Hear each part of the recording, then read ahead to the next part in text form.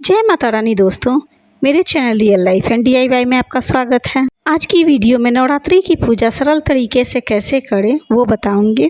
पूजा के लिए एक चौकी ले, चौकी पे लाल रंग का आसन बिछाएं। माता रानी की आपके पास जो भी प्रतिमा या मूर्ति है उसे स्थापित करें। अगर माता रानी की कोई प्रतिमा या मूर्ति नहीं है तो आप नए ले लें। भगवान गणेश की स्थापना के लिए थोड़े से चावल रखें। गणेश भगवान की पूजा जरूर करनी चाहिए किसी भी पूजा से पहले। अगर आपके पास भगवान गणेश की मूर्ति या प्रतिमा नहीं है तो आप सुपारी में कलेवा लपेट कर उसे स्थापित कर दें। कलश स्थापित करे या ना करे, लेकिन 9 दिन की पूजा में 1 लोटा जल अवश्य रखें। इस लोटे को 9 दिन तक रखे रहना है, इसलिए इसमें स्वास्तिक बना ले, नहीं तो 5 टीका कर ले। ये बहुत ही सरल तरीका मैं आपको बता रही हूँ। इसे हॉस्टल में रहने वाले, PG में रहने वाले, ऑफिस जाने वाले लोग भी आसानी से कर सकते हैं। कलेवा लपेटे, कलेवा 3 बार लपेटे। किसी भी पूजा में कलश की स्थापना कर सभी देवी देवता का आवाहन किया जाता है, इसलिए सूक्ष्म रूप से भी कलश की स्थापना जरूर करें। कलश में जल, गंगा जल, हल्दी, कुमकुम और अक्षत डालें। चावल का ढेर लगाएं। आप अष्टदल कमल भी बना सकते हैं, नहीं तो इस तरह से चावल रखकर उसके ऊपर लोटे को स्थापित कर दें। दीपक जलाएं। किसी भी पूजा का साक्षी दीपक होता है, इसलिए दीपक पहले जला ले तभी पूजा करें। घी के या तिल के तेल के किसी भी चीज के दीपक जला सकते हैं। धूप बत्ती जलाकर दिखा ले ताकि पूजा का माहौल सकारात्मक और खुशबू भरा हो। पहले दिन की पूजा में ही आपको जो भी समय लगेगा, दूसरे दिन की पूजा से आपको समय उतना ज़्यादा नहीं लगेगा। पूर्ण पात्र ले, यानी एक प्लेट में चावल ले, उसके ऊपर एक सिक्का डालें। नारियल, आम के पल्लों, इन सब की व्यवस्था भी नहीं करेंगे तो भी इस तरह से आप कलश की स्थापना कर सकते हैं। जल का छिड़काव कर भाव रूपी स्नान कराएं।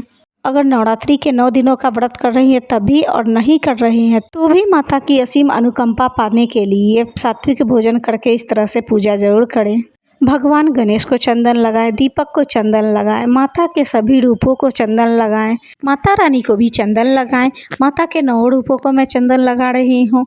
शेर को भी चंदन लगाएं। इस साल माता रानी हाथी पर सवार होकर आ रही है, जो कि काफ़ी शुभ संकेत है। शारदीय नवरात्रि की पूजा सभी लोग जरूर करते हैं। अगर आप कलश की स्थापना करते हैं, जवाड़े बोते हैं, तो इसकी वीडियो मैं ऑलरेडी डाल चुकी हूँ, एक बार चेक जरूर कर लीजिएगा। माता के चरणों पे भी जरूर चंदन लगाएं। भगवान गणेश को जनेऊ चढ़ाएं। अगर जनेऊ नहीं है तो आप वस्त्र स्वरूपी कलेवा चढ़ा दें। माता रानी को भी चुन्नी ओढ़ाएं। मार्केट में ये आसानी से बनी बनाई हुई मिल जाती है, बड़ी छोटी जैसी भी लेना चाहे ले सकते हैं। भगवान गणेश को दुर्वा चढ़ाएं। भगवान गणेश को फूल चढ़ाएं, दीपक को भी फूल चढ़ाएं। गुड़हल का फूल मिले तो अवश्य ही माता को गुड़हल का फूल चढ़ाएं। अगर नीले अपराजिता भी मिल जाए तो उसे भी अवश्य चढ़ाएं, क्योंकि ये दोनों फूल माता रानी को अधिक प्रिय है। फूल अगर नहीं भी है तो भी आप इस तरह से ही पूजा कर सकते हैं। कलश पे भी फूल चढ़ाएं। गेंदे के फूल से भी पूजा कर सकते हैं। माता रानी को खुशबू बहुत पसंद है, इसलिए कोई भी परफ्यूम या इत्र हो तो जरूर लगाएं। अगर समय है तो प्रतिदिन लगाएं, नहीं तो पहले दिन की पूजा में अवश्य लगाएं। माता के भोग में बताशा अवश्य चढ़ाएं। बताशा, लौंग, इलायची ये माता के बहुत ही प्रिय भोग हैं। कोई ऋतु फल अगर ना चढ़ा पाए तो भी बताशा, लौंग, इलायची प्रतिदिन के भोग में अवश्य चढ़ाएं। ऋतु फल है तो ऋतु फल भी चढ़ाएं।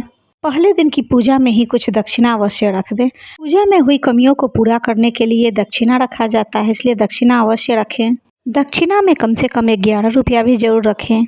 इस तरह से पूजा कर ले। पूजा के बाद दुर्गा सप्तशती का पाठ पढ़ते हैं तो पाठ पढ़ ले, नहीं तो दुर्गा चालीसा का पाठ अवश्य पढ़ें।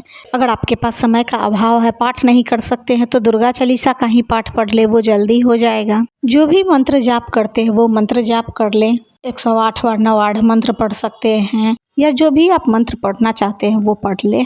पूजा के बाद छोटा सा हवन जरूर करें।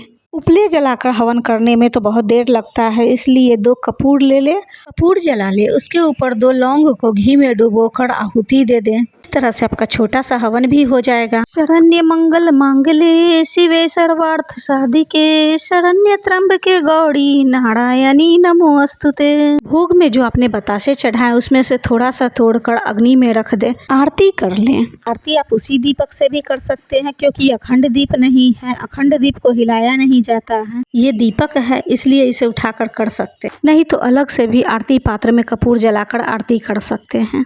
आरती के बाद हाथ जोड़कर माता को प्रणाम करें। 9 दिन आपकी पूजा अच्छी तरह से हो जाए, व्रत अच्छी तरह से सफल हो, इसकी कामना करें, अपनी मनोकामना बोले, तरह बड़ी ही आसानी से सरल तरीके से पूजा कर सकते हैं। प्रतिदिन पूजा करें तो ये मंत्र जरूर बोले, ओम जयंती मंगला काली भद्र काली कपालिनी दुर्गा क्षमा शिवा धात्री स्वाहा स्वधा नमो अस्तुते। नवरात्रि के 9 दिन सुबह शाम दोनों समय में पूजा करनी चाहिए, भोग लगानी चाहिए। आशा है मेरी ये आसान पूजा विधि आपको पसंद आई होगी। स्टूडेंट हो या ऑफिस गोइंग हो या पीजी में रहने वाले हो, आसानी से इस पूजा को कर सकते हैं। नवरात्रि के 9 दिनों तक बाल दाढ़ी ये सब नहीं बनाने चाहिए, नॉनवेज तो खाना ही नहीं चाहिए, लहसुन प्याज भी नहीं खानी चाहिए। मिलती हूँ अगली वीडियो में। जय माता दी।